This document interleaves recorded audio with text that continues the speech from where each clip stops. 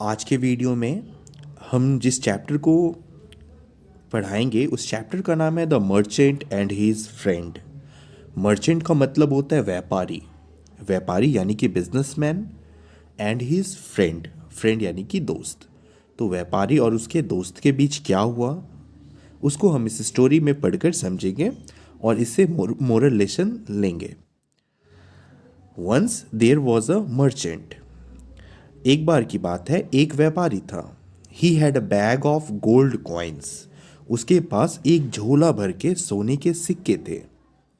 One day he left for business. फिर वो एक दिन अपने बिजनेस के काम से कहीं जा रहे थे बाहर। टू अनदर टाउन, कहाँ जा रहे थे? किसी और शहर में। He left the bag of gold coin in the custody of his friend. और ये क्या बोले, बिजनेसमैन जो थे ये बोले कि दोस्त, मैं तो कुछ दिनों के लिए बाहर जा रहा हूँ, ये मेरे पास एक झोला गोल्ड कॉइन है, क्या तुम इसे अपने पास रख लोगे?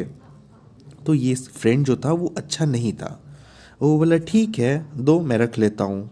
पर ये जो चाहता था कि ये पैसे ये चोरी कर ले।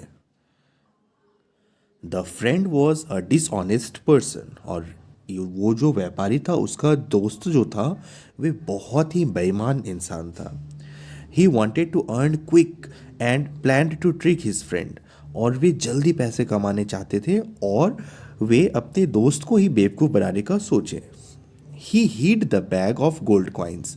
और वे अपने जो व्यापारी का गोल्ड कॉइन था उसे वे छिपाकर कहीं रख दिए। When the merchant returned from the trip, और जब मर्चेंट वापस आए अपने गांव फिर से, he asked his friend to give him the bag of gold coin back।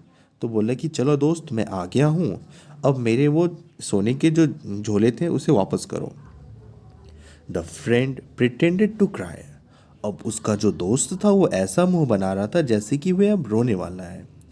He said that, फिर वे बोला, the bag of gold coin had been eaten by mice. चूहे ने उस गोल्ड गोल्ड कॉइन के बैग को खा गया।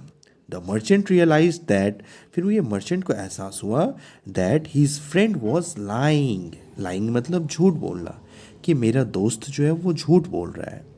ही went away and took a vow और to teach him a lesson. और फिर ये व्यापारी ठान लिया कि अपने दोस्त को वो सबक सिखा कर ही रहेगा। आफ्टर अ फ्यू डेज, कुछ दिनों के बाद, the merchant invited his friend's son for dinner. फिर वह व्यापारी अपने दोस्त के बेटे को खाने पर बुलाया था। After dinner the merchant hid the little boy in the basement of his house. और बाद में क्या हुआ, खाना खाने के बहाने उस व्यापारी के जो दोस्त थे ना उसके बेटे को वे छुपा दिए कहीं पे।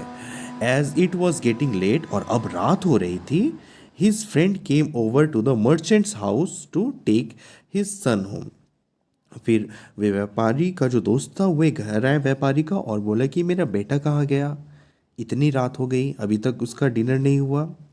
बट द मर्चेंट सेड, फिर वह व्यापारी कहता है इन अ सैड वॉइस, बहुत सैड वॉइस में, दुखी भरा आवाज़ में, that a bird flu away with his son.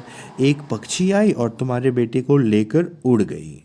The friend accused the merchant of kidnapping his son because no bird can fly off with a little boy. फिर ये गुस्सा गया, बोला और गुस्सा गया और कहता है कि ऐसा थोड़ी हो सकता है, कोई चिड़िया थोड़ी किसी लड़के को उठा कर लेके जा सकते हैं, तुम मेरे बेटे को किडनैप किए हो।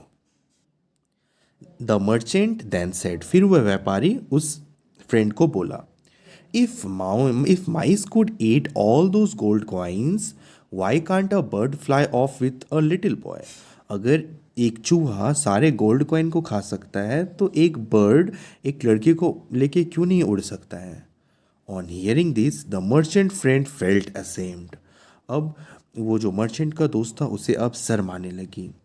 ही return all the stolen coins back to the merchant. और फिर ये सारे पैसे उस व्यापारी को लौटा दिए। In return the merchant apologised, apologise यानी कि माफ़ी मांगा, और बदले में वह व्यापारी ने माफ़ी मांगा अपने फ्रेंड से for taking such a drastic step. इस तरीके का कदम उठाया, इसके लिए उसने माफ़ी मांगा। And made the boy meet his father. और फिर बाद में ये बिजनेसमैन जो है ये अपने फ्रेंड को उसके बेटे को दे दिए और ये जो है उनका फ्रेंड ये सारे गोल्ड कॉइन्स भी मर्चेंट को वापस कर दिए थे। So this was the whole story. I hope you get this story, आपको अच्छे से समझ आ गई होगी। अब मैं मिलता हूँ अब आपसे नेक्स्ट स्टोरी में।